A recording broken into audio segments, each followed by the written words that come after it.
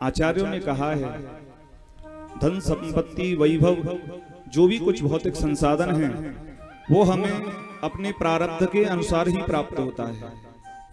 प्रारब्धम परिपूज्य कर्म शकलम प्रक्षीण कर्मांतरा। आचार्य कहते हैं कि प्रारब्ध के अनुसार हमें संसार के समस्त वैभव प्राप्त होते हैं, लेकिन सत्संग भगवान की कृपा से प्राप्त होता है। तुलसीदास जी महाराज ने रामचरितमानस में कहा है, जब भगवान कृपा करते हैं तब हमें सत्संग की प्राप्ति होती है। बिनु सत्संग विवेक न होई। तुलसीदास जी कहते हैं सत्संग विवेक न होई, राम कृपा बिनु सुलभ न सोई। बिनु सत्संग विवेक न होई, राम कृपा बिनु सुलभ न सोई। बिनु सत्संग विवेक न होई, बिनु सत्संग विवेक न होई। राम कृपा बिनु सुलभ न सोई। बिनु सत्संग विवेक न होई, राम कृपा बिनु, राम कृपा बिनु, राम कृपा बिनु सुलभ न सोई। तुलसीदास जी महाराज कहते हैं बिनु सत्संग विवेक न होई, राम कृपा बिनु सुलभ न सोई।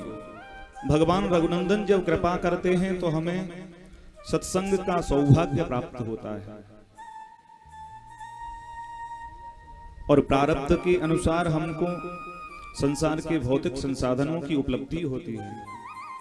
देखिए, संसार के भौतिक जो संसाधन हैं उनका भोग तो नास्तिक लोग भी भोगते हैं महाराज। जो भगवान को दिन रात गालियां देते हैं वो भी अपना पेट भरते हैं। भगवान को ना मानने वाले जो लोग हैं उनका भी काम अच्छे से चलता है। क्यों? क्योंकि उनके प्रारब्ध में है। प्रारब्धेतर पूर्व पापम अखिलम, उनके प्रारब्ध में है, इसीलिए वो लोग भोग रहे हैं। और यहां पर एक बड़ी अच्छी बात कही,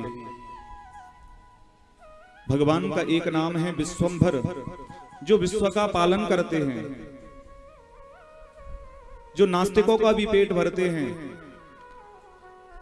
और भगवान की जो भक्त हैं उनकी कैसे वो अपेक्षा कर सकते हैं। भगवान की जो भक्त हैं उनको विचार करना चाहिए। एक आचार्य हुए जिनका नाम है उदयनाचार्य जी महाराज, जो अयोध्या में निवास करते थे। उन्होंने अपने न्याय कुसुमांजलि ग्रंथ में लिखा है, आचार्य उदयनाचार्य जी महाराज जो उड्डवत विद्वान हुए महाराज, वो जगन्नाथ भगवान की पैदल यात्रा कर रहे थे। जगन्नाथ भगवान का दर्शन करने के लिए जा रहे थे और जैसे ही दर्शन के लिए पहुंचे महाराज, तो जगन्नाथ भगवान के जो पट थे दरवाजे बंद हो गए। और जैसे ही दरवाजे बंद हुए तो उदयनाचार्य जी महाराज ने क्या कहा भगवान को, हे भगवान, मैं उदयनाचार्य इतनी दूर से आपकी पैदल यात्रा करता हुआ दर्शन के लिए आया था और आपने मेरी अवज्ञा कर दी। ऐश्वर्य मदमत्तोसी माम अवज्ञाय वर्तसे। वो न्याय कुसुमांजलि ग्रंथ में लिखते हैं, ऐश्वर्य मदमत्तोसी, आप अपने ऐश्वर्य के मद में इतने मस्त हो गए हैं कि आज उदयनाचार्य आपके दर्शन के लिए आया है और आप मेरी अपेक्षा करते हो। ऐश्वर्य मदमत्तोषी माम अवज्ञाय वर्तसे। याद रखना, उपस्थितेषु बौद्धेषु मदधीना तपस्थिति। जब बौद्ध लोग, नास्तिक लोग उपस्थित होंगे तब आपको मेरी जरूरत पड़ेगी। उदयनाचार्य जी क्या कहते हैं, मैं आपका दर्शन करने के लिए इतनी दूर से आया और आपने मुझे दर्शन नहीं दिए। याद रखना, जब बौद्ध लोग उपस्थित होंगे तब आपको मुझ उदयनाचार्य की आवश्यकता पड़ेगी। उसी समय भगवान प्रकट हो गए और दर्शन दे दिए महाराज। तो पांडव गीता में एक सुंदर बात कही है कि भगवान की जो भक्त हैं उनको कभी भी किसी प्रकार का चिंतन नहीं करना चाहिए। जो विश्वंभर भगवान सबका पेट भरते हैं, नास्तिकों का भी पेट भरते हैं, वो भक्तों की अपेक्षा कैसे कर सकते हैं। वैष्णवों को लिए कहा गया महाराज, वैष्णवों के लिए कहा है कभी भी भोजन की और वस्त्रों की कभी उनको चिंतन नहीं करना चाहिए। जो विश्वंभर भगवान नास्तिकों का पेट भरते हैं वो आपकी अपेक्षा कैसे कर सकते हैं। भोजनाच्छादने चिंताम वृथा कुर्वन्ति वैष्णवाः योषौ विश्वंभरो देवो सौभक्तान किम उपेक्षते। जो विश्वंभर कहते हैं भोजनाच्छादने चिंताम वृथा कुर्वन्ति वैष्णवाः, भगवान के भक्त भोजन की और वस्त्रों की व्यर्थ में चिंता करते हैं। आगे कहा योषौ विश्वंभरो देवो सौभक्तान किम उपेक्षते। जो नास्तिकों का पेट भरते हैं वो अपने भक्तों की क्या अपेक्षा करेंगे। तो महाराज ये सब प्रारब्ध से प्राप्त होता है।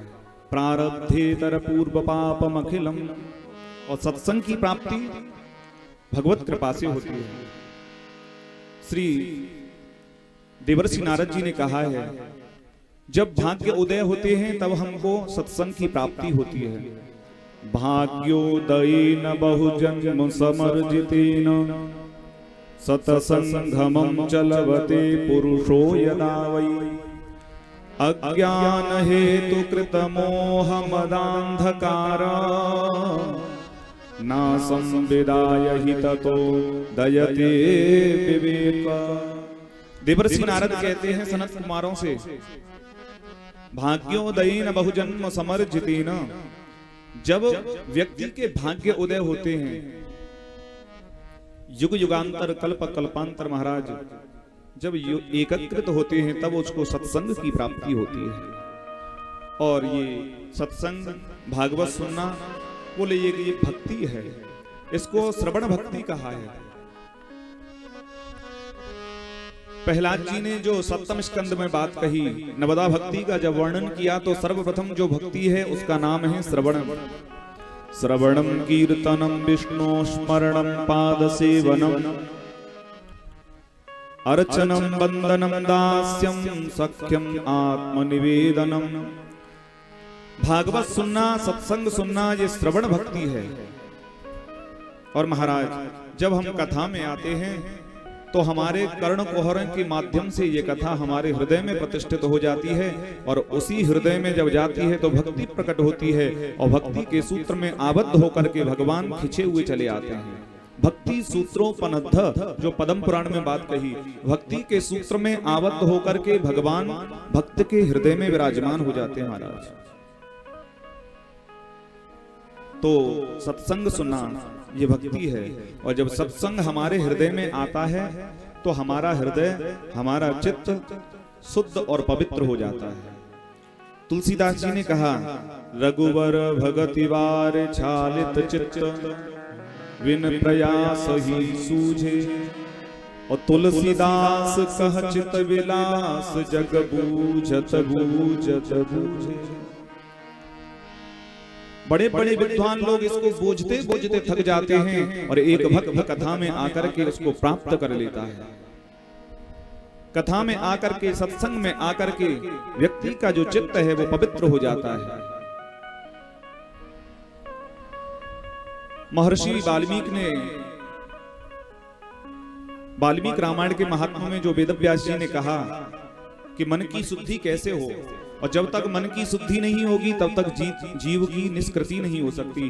निष्कृति माने कल्याण। जब तक हमारा मन पवित्र नहीं होगा तब तक कल्याण हमारा नहीं हो सकता। मनः शुद्धि विहीनानां निष्कृतिश्च कथं भवेत्। जब तक मन की शुद्धि नहीं हुई तब तक कल्याण संभव नहीं है।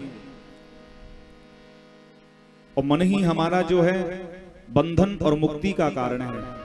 वेदों ने कहा मन एव मनुष्याणां कारणं बंध मोक्षयोः। जो हमारा मन है वही बंधन का और मुक्ति का कारण है। तो किसी ने प्रश्न किया, महाराज हमारा जो मन है वो बंधन का कौन सा मन है जो बंधन का कारण है? तो वेदों ने कहा बंधाय विषयासक्तम, संसार की भोगों में जो आसक्त हमारा जो मन है वो बंधन का कारण है। और मुक्ति का कारण मुक्तिर्निर्विषयं मनः। वेद कहते हैं विषयों से मुक्त जो हमारा मन है वही मुक्ति का कारण है। तो वेदव्यास जी ने महर्षि वाल्मीकि महात्मा में प्रश्न किया, मनः शुद्धि विहीनानां निष्कृतिश्च कथम भवेत्। जब तक मन की शुद्धि नहीं होगी तब तक हमारी निष्कृति नहीं हो सकती, कल्याण नहीं हो सकता। प्रश्न किया वाल्मीकि रामायण में और उत्तर कहां दिया? भागवत के महात्मा में। एतस्माद् परम किंचित मनः शुद्ध्यै न विद्यते। जब तक हम भागवत सत्संग को श्रवण नहीं करेंगे तब तक हमारा कल्याण नहीं हो सकता। एतस्मात् अपरं किंचित मनः शुद्ध्यै न विद्यते।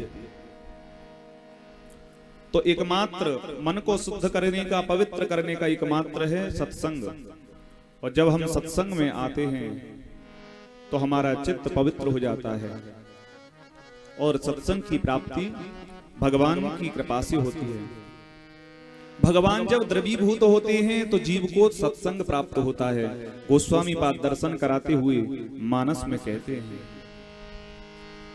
जब रवहि दीन दयालु राघव साधु संगत पाइए। जब रवहि दीन दयालु राघव साधु संगत पाइए। जब रवहि दीन दयालु राघव साधु संगत पाइए। दरस परस समागमादिक आप राशि नसाइए। दरस परस समागमादिक पाप राशि नसाइए। जब रवहि दीन दयालु राघव साधु संगत पाइए। साधु संगत पाइए। साधु संगत पाइए। जब द्रवहि दीन दयालु राघव साधु संगत पाइए। जहि दरस परस समागमादिक पाप राशि नसाइए।